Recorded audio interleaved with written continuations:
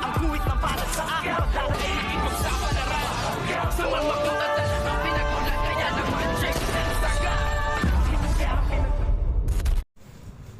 Good morning and welcome sa aking munting channel. Tuluyan na ngang nakatakas itong ang si David dito nga sa mga Montenegro, at ngayon ay puking na ang katotohanang hindi siya ang anak na tunay nitong si Ramon Montenegro, dahil nga binuking siya ng kanyang nanay Marites, kung kaya't ngayon ay nakatakas na nga siya at napadaan siya sa isa sa mga sugalan, kung kaya't dito nga ay siya nga ay naglaro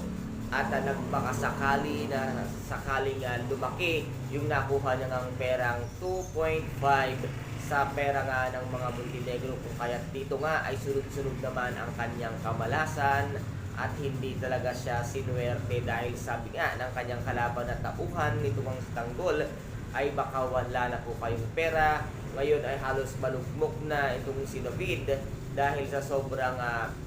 kanyang paglalaro ng sugal ay naubos ang lahat ng perang hawak-hawak niya at nasa bag, kung kaya't dito ngayon ay tatawagan niya nga itong si Attorney Vera para nga kuhanin ang isa sa mga titulo nga ng mga Montenegro, kung kaya't dito ay pupuntahan siya nitong si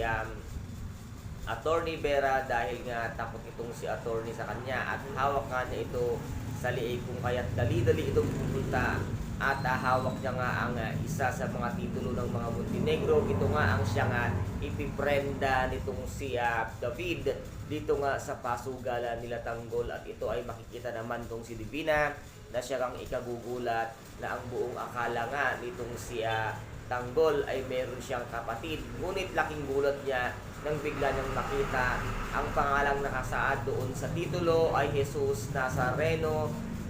Montenegro, ay siya lamang niyang pangalan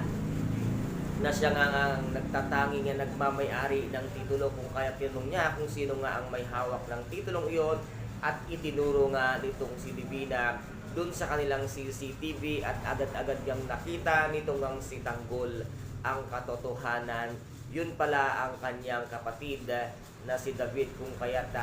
bigla-bigla siyang lumabas at gigil na naman siya sa galit nang makita niya nga ang kanyang kapatid, at dito naman ay nagmaang-maangan pa itong ang si David nang tanungin siya nitong ang si Tanggol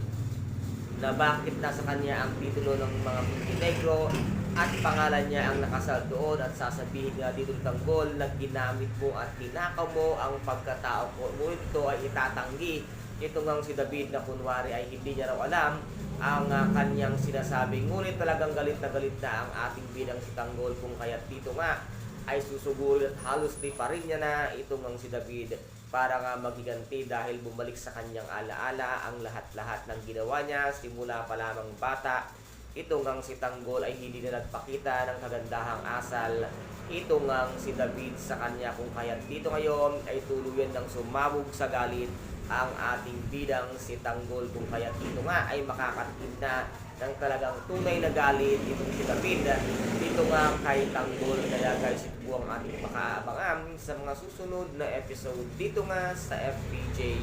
ang Batang Quiapo. At kung nagustuhan po ninyo ang aking videos for today, paki-subscribe na lamang po ng aking channel, paki-like and share para mag-update kayo sa lahat ng gagawin kong videos. Maraming salamat po. Ingat, God bless, and bye-bye!